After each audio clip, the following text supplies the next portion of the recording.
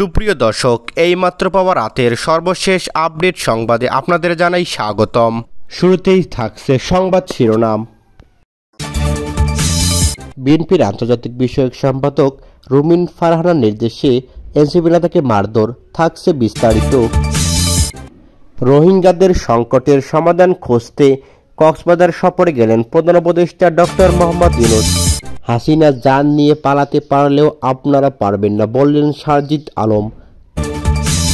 এতক্ষণ শুনছিলেন সংবাদ শিরোনাম, এবার থাকছে বিস্তারিত। সংসদীয় আসনের সীমানা পুনর্নির্ধারণের ব্যাপারে জমা হওয়ার আবেদনের উপর শুনানির প্রথম দিনে নির্বাচন কমিশনের দুই পক্ষের মধ্যে মারামারির ঘটনা ঘটেছে। এতে ইসির ভিতর ও বাইরে রাজনৈতিক উত্তাপ ছড়িয়ে পড়ে। ব্রাহ্মণবাড়িয়া 2 ও 3 আসনের সীমানা নিয়ে শুনানি চলাবস্থায় বিএনপি সহ আন্তর্জাতিক সম্পাদক ব্যারিস্টার রুমিন ফারহানার সমর্থকদের সঙ্গে ব্রাহ্মণবাড়িয়া জেলা বিএনপির একাংশ এবং জাতীয় নাগরিক পার্টি এনসিপির কয়েক নেতার মধ্যে এই ঘটনা ঘটে। প্রধান নির্বাচন commissioner CSE M S. Nasir Uddin সহ পুরো কমিশনের সামনে দুপক্ষে মারামারি জড়ালে ইসির কর্মকর্তা ও পুলিশ তাদের নির্বিত করে। এতে দুপক্ষের কয়েকজন আহত হয়েছেন। এ ঘটনায় ব্যারিস্টার রুমিন ফারহানা ব্রাহ্মণবাড়িয়া জেলা বিএনপির সভাপতি সমর্থকদের ইঙ্গিত করে তাদের দায়ী করেন। অপরাধীদেরকে ওই ঘটনায় এনসিপি ইস্যুতে জরুরি সংবাদ সম্মেলন করে ঘটনার জন্য রুমিন ফারহানাকে দায়ী করে তার বিরুদ্ধে ফৌজদারি অপরাধের ব্যবস্থা নেওয়ার জন্য নির্বাচন কমিশনে চিঠি দিয়েছেন। মারধরের শিকার জাতীয় নাগরিক পার্টির এনসিপি যুগ্ম মুখ্য সংগঠক মোহাম্মদ আতাউল্লাহ অভিযোগ করে বলেন, নির্বাচনে আসন শুনানিতে অংশ নেওয়ার জন্য উপস্থিত হয়েছি। একে একে অনেকেই শুনানিতে অংশ নিয়েছে, তারা যুক্ত তুলে ধরেছেন। আমি সকল শুনানিতে কথা বলতে যাব, ওই মুহূর্তে ব্যারিস্টার রুমিন ফারহানা আমাকে ধাক্কা মেরে ফেলে দিয়েছে। তার গুন্ডা বাহিনী নিয়ে টেনে হিঁচড়ে আমাকে পায়ের নিচে ফুটবলের মতো লাথি মেরেছে। তখন প্রধান নির্বাচন কমিশনার অন্যান্য নির্বাচন কমিশনরা সেখানে ছিলেন। তিনি বলেন, প্রধান নির্বাচন কমিশনের সামনে এমন ন্যাক্কারজনক ঘটনা ঘটে, আমি এর সুষ্ঠু বিচার দাবি করেছি। সেটা যদি না হয় তাহলে সিএসি পদত্যাগ করতে হবে। এই ঘটনায় জাতীয় নাগরিক পার্টি দক্ষিণাঞ্চলের মুখ্য সংগঠক হাসনাত আবদুল্লাহ অভিযোগ করেন, বিএনপির পৃষ্ঠপোষকতায় গুন্ডা পান্ডারা কীভাবে জাতীয় নির্বাচনের সময় ভোট কেন্দ্র দখল করবে তার টেস্ট ম্যাচ হয়েছে। তিনি পুলিশ ও নির্বাচন কমিশনের ভূমিকা নিয়েও প্রশ্ন তোলেন।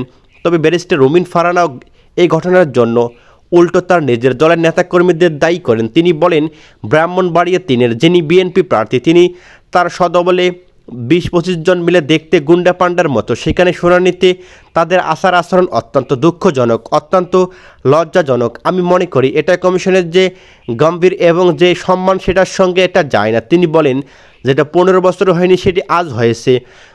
অলমোস্ট আমার গায়ে ধাক্কা দিয়ে আমাকে ফেলে দেওয়ার চেষ্টা হয়েছে।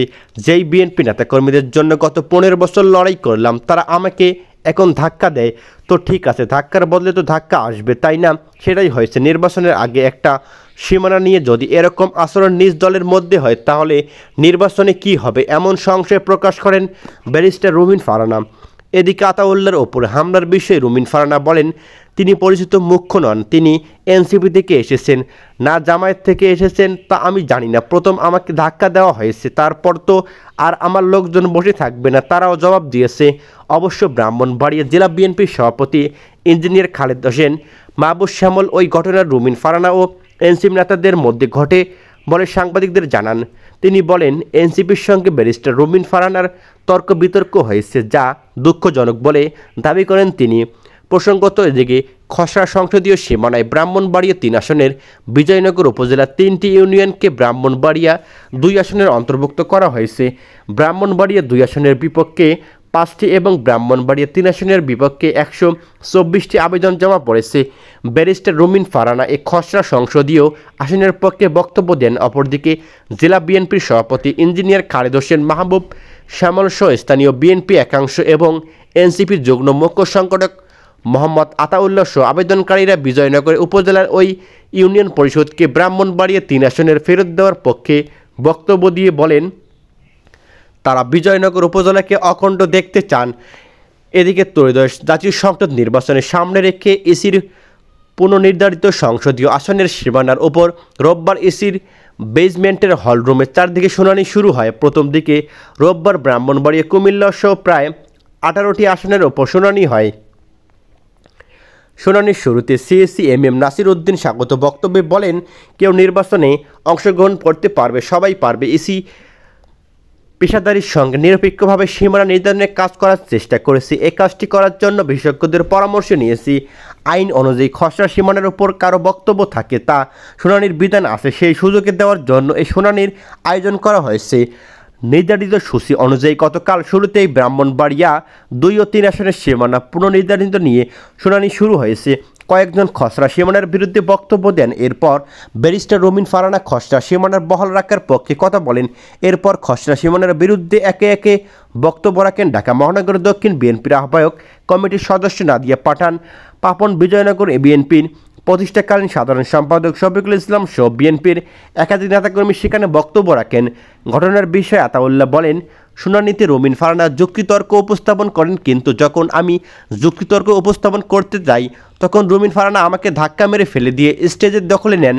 পরে তার নেতাকর্মীরা আমাকে ফুটবলের মতো লাথি দেওয়া শুরু করেন। যেভাবে ছাত্রলীগ নেতাকর্মীরা আমাদের ক্যাম্পাসে পিছন যেভাবে সবার সামনে আমাকে নিচে ফেলে ফিরছে, আমার পাঞ্জাবি ছিঁড়ে ফেলেছে, হাতে আঘাত করা হয়েছে। আতাউল্লাহ দেখানো একটি ভিডিওতে দেখা যায় রুমিন ফারহানা স্টেজের সামনে দাঁড়িয়ে আছেন, পেছনে আতাউল্লাহ নিচে পড়ে আছেন, তাকে কয়েকজন লাথি কিল ঘুষি দিচ্ছেন। পরে এই ঘটনার বিষয়ে ব্যারিস্টার রুমিন ফারহানা সাংবাদিকদের বলেন, অত্যন্ত দুঃখজনক ব্যাপার হলো এখানে একটি মারামারি হয়েছে। আমি যেহেতু একজন আইনজীবী, আমি মনে করেছি আমার কেস আমি নিজেই প্রজেক্ট করব। আমার কেস আমি নিজেই প্রজেক্ট করব। ব্রাহ্মণবাড়িয়া 3 আসনে যিনি প্রার্থী তিনি সদখলে 20-25 জন মিলে গুন্ডা ফান্ডার মতন আচরণ করেছেন। অত্যন্ত দুঃখজনক বিষয় হচ্ছে, আমি মনে করি এটা কমিশনের যে সম্পত্তি যে গাম্ভীর এবং যে সম্মান সেটার সঙ্গে এটা যায় না। তিনি বলেন, অলমোস্ট আমার গায়ে ধাক্কা দিয়ে আমাকে ফেলে দেওয়ার চেষ্টা করেছে। যেই বিএনপি নেতাকর্মীদের জন্য গত 15 বছর আমি লড়াই করলাম, আমাকে এখন ধাক্কা দেয়, তো ঠিক আছে, ধাক্কার বদলে তো ধাক্কাই আসবে। এটা একটা সিম্পল বিষয়। রোহিঙ্গা সংকট সমাধানের পথ খুঁজতে 3 দিনের আন্তর্জাতিক সম্মেলনে অংশ নিতে কক্সবাজারে পৌঁছেছেন অন্তর্বর্তী সরকারের প্রধান উপদেষ্টা প্রফেসর ডক্টর মোহাম্মদ ইউনূস। সকাল 10টার দিকে তিনি কক্সবাজার আন্তর্জাতিক বিমানবন্দরে আসেন। বেলা 11টায় প্রধান উপদেষ্টা সম্মেলনে বক্তব্য দেওয়ার কথা রয়েছে। এদিকে উখিয়ার ইউনানি হোটেল বেওয়াচে শুরু হয়েছে takeaway to the level conference on the Rohingya situation শীর্ষকে সম্মেলনে 3 দিনের এই আয়োজনে যৌথভাবেই করেছে পররাষ্ট্র মন্ত্রণালয় ও রোহিঙ্গা বিষয়ক হাই কমিশনার। প্রথম দিনে বিদেশি অংশীজনদের সঙ্গে সরাসরি মত বিনিময় করেছেন রোহিঙ্গা প্রতিনিধিরা। এতে অংশ নিয়েছেন 40টি দেশের প্রতিনিধি। এদিকে জাতিসংঘ এবং রোহিঙ্গা ইস্যুতে কাজ করা বিভিন্ন সংস্কার কর্মকর্তারা সম্মেলনে রোহিঙ্গাদের মিয়ানমারে প্রত্যাবাসনের কার্যকর পথ খুঁজে বের করা ছাড়াও আন্তর্জাতিক তহবিল, গণহত্যা বিচার, খাদ্য সহায়তা ও রোহিঙ্গাদের মনোবল বৃদ্ধির মতো গুরুত্বপূর্ণ ইস্যুতে জোর দেওয়া হচ্ছে। 3 দিনের এই সম্মেলনের শেষ দিনে বিদেশি অতিথিরা কক্সবাজারের রোহিঙ্গা ক্যাম্পে পরিদর্শন করবেন। হাসিনা যান নিয়ে পালাতে পারলেও আপনারা পারবেন না, এমন হুঁশিয়ারি বিএনপিকে দিয়ে বললেন। উপদেষ্টা হোক আর রাজনীতিবিদ, কাউকেই ছাড় দেওয়া হবে না বলে মন্তব্য করেছেন জাতীয় নাগরিক পার্টির এনসিপি মুখ্য সংগঠক উত্তরাঞ্চলের সারজিদ আলম। তিনি বলেছেন, শেখ হাসিনা যান নিয়ে পালাতে পারলেও আপনারা পারবেন না। এদিকে তাতে ভেরিফাইড ফেসবুক অ্যাকাউন্টে দেওয়া এক পোস্টে একথা বলেন তিনি। ফেসবুকে পোস্ট সারজিদ আলম লিখেছেন, জুলাই সনদের মাধ্যমে মৌলিক সংস্কার বাস্তবায়নে যারাই বাধা হয়ে দাঁড়াবে তাদের মুখোশ জনগণের সামনে উন্মোচন করা হবে। জুলাই সনদ বাস্তবায়নের নিশ্চয়তার পর অন্য আলাপ শুরু হতে পারে, তার আগে না।